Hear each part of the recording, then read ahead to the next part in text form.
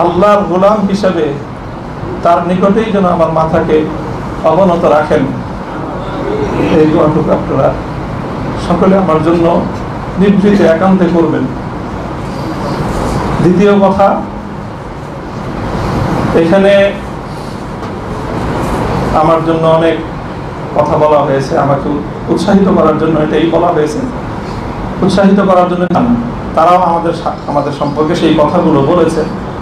শাইখুল হাদিস রহমতুল্লাহ আলাইহি বলতেন যে এই কথাগুলোকে প্রশংসামূলক কথা নয়, বরং আমি কালিমাতে দোয়াইয়া, দোয়ার বাণী হিসেবে, দোয়ার কথা হিসেবে আমি বরণ করে নিলাম। আল্লাহ পাক আমার সন্তানদের, আমার সহকর্মীদের, তাদের এই কথাগুলোকে যেন আল্লাহ আমার হকে, আমার ক্ষেত্রে দোয়া হিসেবে আল্লাহ কবুল করেন।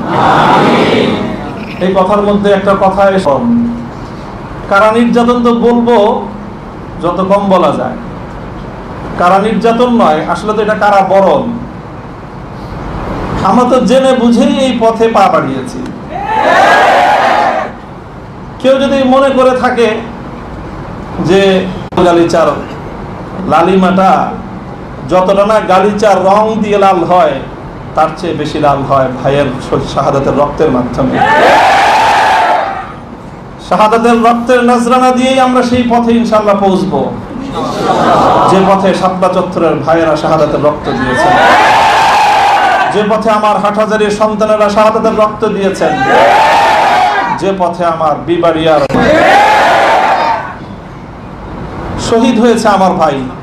সরি বলেন, বাংলায় না বলতে চান দুঃখিত, দুঃখিত যদি বলতে না চান আপনাদের প্রিয় ভাষা ইংলিশেই বলেন, তবে কি বলেন?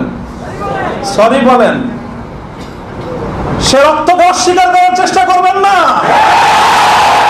শাহাদাতের শহীদের রক্তের সঙ্গে গদ্দারি করার মতো সেই বেঈমান কওমি মাদ্রাসায় জন্ম হয়। কাজেই যে কথা বলতেছিলাম, যেটা হলো কারা বরণ, আমাদের কারা নির্যাতন। ইন্নামা যালিকা মিন্নি ওয়া মিনাশ শাইতান। শয়তানের প্ররোচনায় কখনো হয়তো আমরা পুনর্ব্যক্ত করছি যে আমরা প্রতিশোধ নিব। আমাদের সেই প্রতিশোধ হবে সেই প্রতিশোধ, যেই প্রতিশোধ হিজরতের আগ পর্যন্ত 12 বছরের শত্রু ভেবে আমাদেরকে নিঃশেষ করার চেষ্টা করেছে, অপমান করার চেষ্টা করেছে। আমরা তাদেরকে সম্মানিত করে প্রতিশোধ নিব। আমরা তাদেরকে আদর্শের সোনালী পথে বরণ করে নেওয়ার মধ্য দিয়েই আমরা ইনশাআল্লাহ আমাদের আদর্শের বিজয়ের প্রতিশোধ গ্রহণ করব। আল্লাহ রাব্বুল আলামিন আমাদেরকে সে তৌফিক দান করুন। আরেকটা কথা বলা হয়েছে, অনেকের কথার মধ্যে আসছে যে ভবন, একটা ভবনের আলোচনা, অনেক কিছু তাকানোর প্রয়োজন হয়। ভবনও নাই, রক্ষা করার জন্য কার পায়ের নিচে তেল মারারও দরকার। আজ এখানে মাদ্রাসা, কালকে ইনশাআল্লাহ শাইখুল হাদিসের সন্তান মাহফুজুল হক সাহেব যদি নদীর ওই পারে, আর সেই ইমারতের মধ্যে সুন্দর সুন্দর আরামদায়ক বিলাসী রুম সাজায়, সেখানে বিলাসী এলেম চর্চা। আমি এই কথাটা আমার কাছে খুব মনে পড়ছে, বিলাসী এলেম চর্চা।